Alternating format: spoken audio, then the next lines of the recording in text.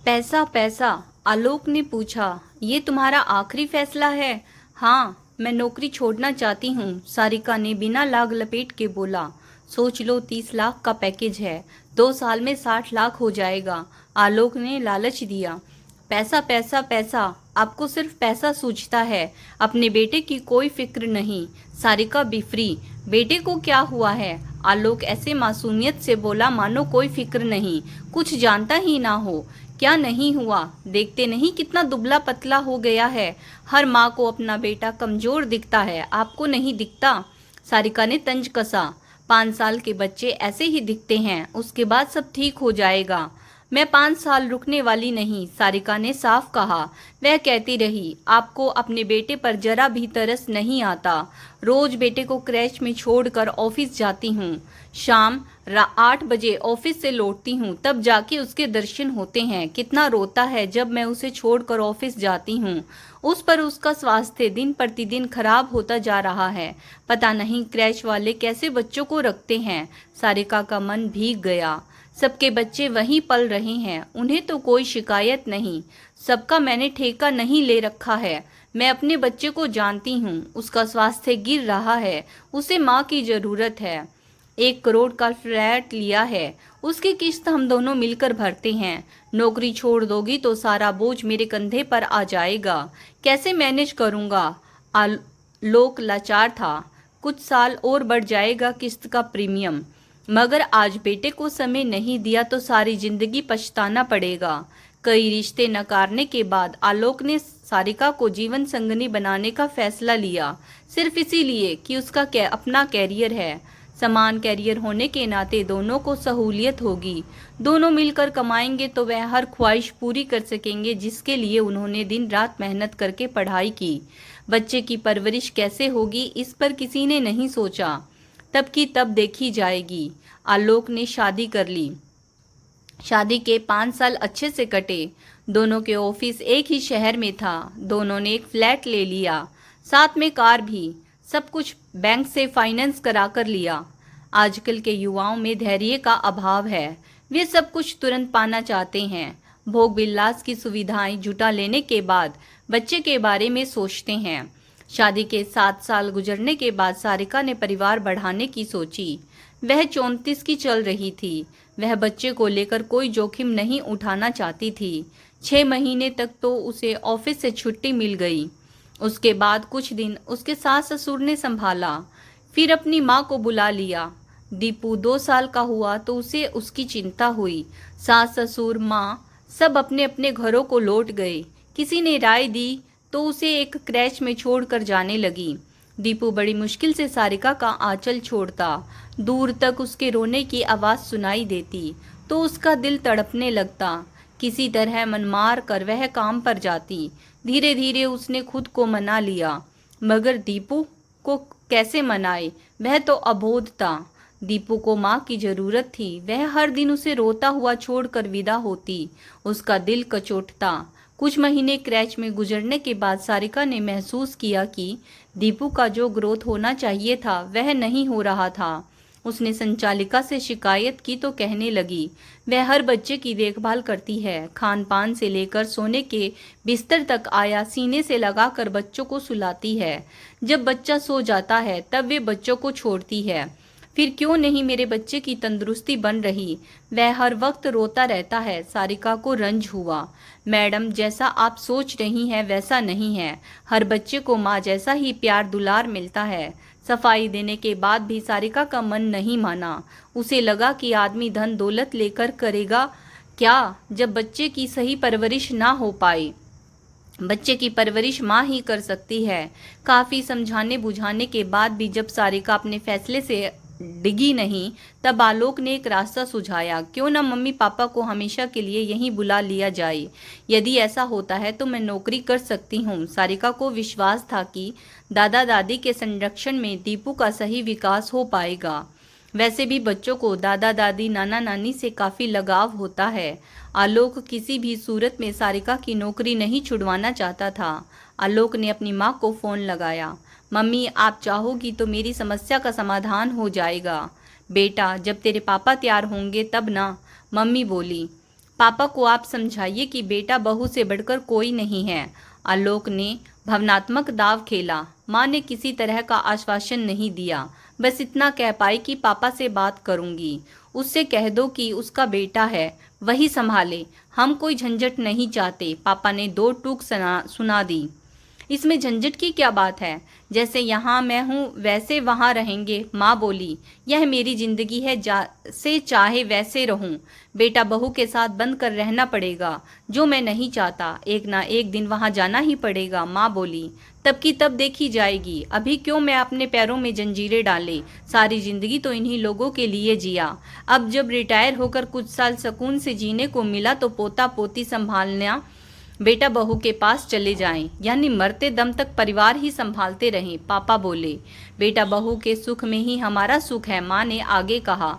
तुम चाहो तो जा सकती हो, मगर मैं जाने से रहा। फ्लैट की जिंदगी कोई जिंदगी है? एक कमरे में बेगानों की तरह पड़े रहो, ना कोई बोलने वाला, ना किसी से मिलना जुलना। अपना पोता रहेगा ना, उसी के साथ समय कट जाएगा। माँ के लाख तर्क के बावजूद पिता का मन नहीं पिघला। बेहद निराश मन से मम्मी ने आलोक से पापा के फैसले से अवगत करा दिया।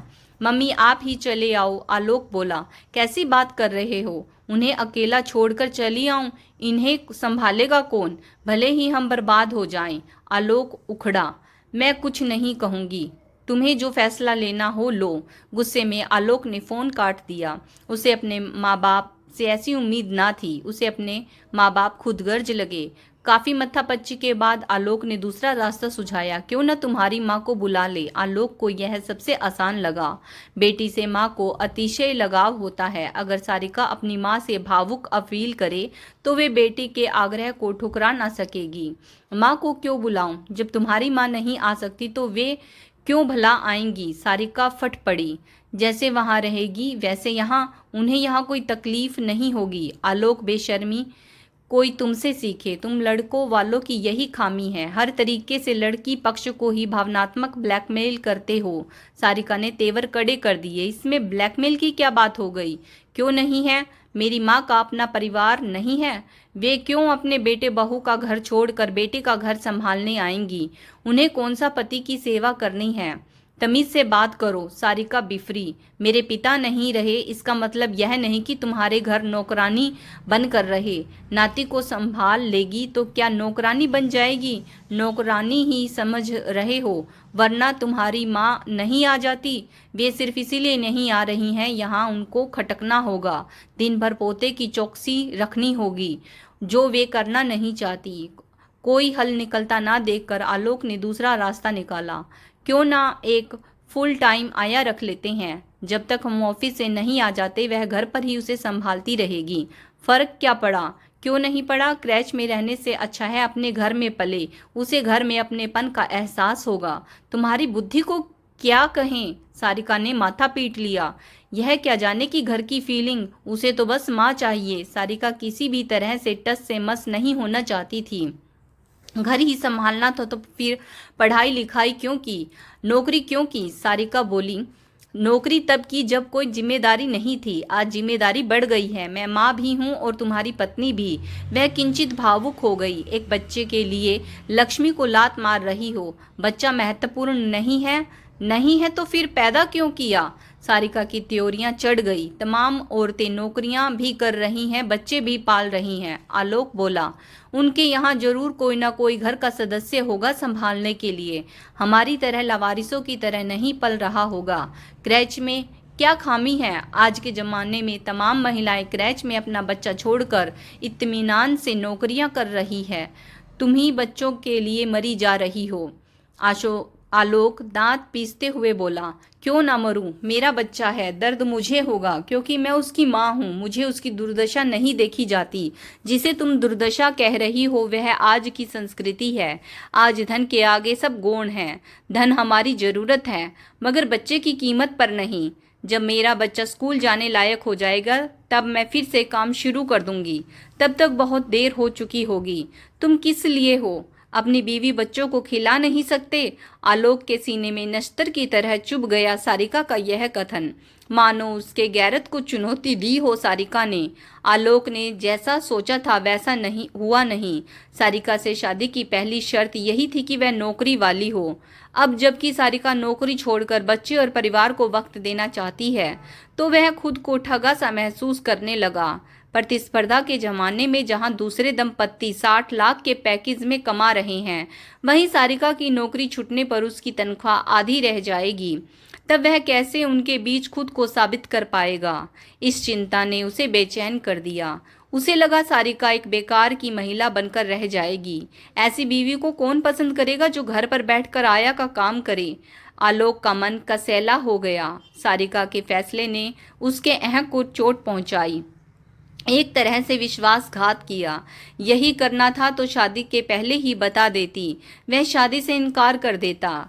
सामान्य कदगाठी रूप रंग वाली लड़की से वह विवाह के लिए इसीलिए राजी हुआ था क्योंकि वह उसी की तरह ही लाखों कमाती थी। विचार प्रक्रिया आगे बढ़ी। वह महिला कैसे पत्नी का दर्जा पा सकती है जो पति के खिलाफ जाए? पत्नी का कर्तव्य होता है पति के साथ कंधे से कंधा मिलाकर चले, उसकी भावनाओं को समझे, वक्त की नज़ाकत को समझे। उससे उलट सारिका ने दूसरा रास्ता अपनाने का फैसला लिया जो उसके लिए असहाय था। काफी सोच विचार कर आलोक ने मन ही मन एक बहुत बड़ा फैसला ले लिया, यानी सारिका से तलाक। सारिका ने सुना तो हस्तप्रद रह गई। आलोक इतनी जल्दी बदल जाएगा वह सोच भी नहीं सकती थी। शादी जैसे पवित्र बंधन को एक झटके में तोड़ने का फैसला ले लिया, मानो शादी नहीं कोई मजाक। जिस रिश्ते को वह भावनाओं के साथ जी रही थी वह धन के आगे खोखला था। उसका मन भीग गया। आलोक अपने सपने में भी नहीं सोचा था कि तुम इस कदर गिर जाओगे। तुम्हें पत्नी बच्चे से ज्यादा रुपयों की फिक्र है। सारिका बिफरी, तुम्हें जो सोचना है सोचो, मैं भी तुम्हारी तरह अपने फैसले से पीछे नहीं हटूंगा। आलोक ने कहा, तुम्हें क्या लगता है कि मैं तुम्हें आसानी से छोड़ दूंगी?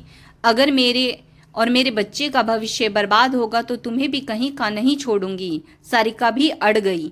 उसके मम्मी पापा में हमेशा वैचारिक टकराव होते रहे, परंतु दोनों के बीच तलाक का ख्याल कभी नहीं आया। आलोक अपनी भड़ास निकाल सकता था, मगर तलाक के लिए कहना या सोचना यह दर्शाता है कि वह कितना गैर जिम्मेदार है। सुलझे हुए पति पत्नी में मतभेद हो सकते हैं, मगर अलगाव की बात वे कभी नहीं सोचते क्योंकि वे जानते हैं कि तलाक का कोई समस्या का हल नहीं है। आलोक ने सारिका से बोलचाल बंद कर दी। उसने भरसक उसे समझाने की कोशिश की, यहाँ तक कहा कि कुछ सालों की बात है, जैसे ही दीपू स्कूल जाने लायक हो जाएगा वह फिर से नौकरी शुरू कर देगी। थोड़े पैसे कम ही तो मिलेंगे, कोई बात नहीं। इस बात का तो संतोष रहेगा कि मैंने बच्चे पर बेहतर ध्यान दिया। इसके बावजूद वह अपने अहाँ पर कायम रहा। एक रोज आलोक ने अपना दुखड़ा अपने एक मित्र से कहा। तब उसने समझाया कि सारिका जो कर रही है वह ठीक है। उसने खुद अपना अनुभव साझा किया, कैसे उचित देखभाल ना हो पाने के कारण उसका बेटा मरते मरते बचा। उस रोज मैंने कान पकड़ लिया कि जब तक मेरा बच्चा समझदार नहीं हो जाएगा अपनी पत्नी से नौकरी नहीं करवाएगा। पत्नी भी मान गई। अब वह खुशी खुशी अपने बेटे को पाल रही है।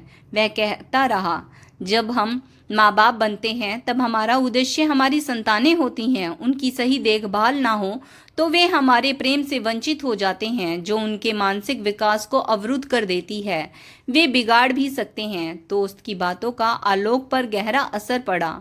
आलोक में आए परिवर्तन से सारिका बेहद खुश थी। उसे लगा उसका मातृत्व लौट आया। तो दोस्तों, आज की कहानी कैसी लगी कमेंट्स करके ज़रूर बताइएगा। अगर कहानी पसंद आई है please like share and subscribe my channel stories bye Sunita Saini.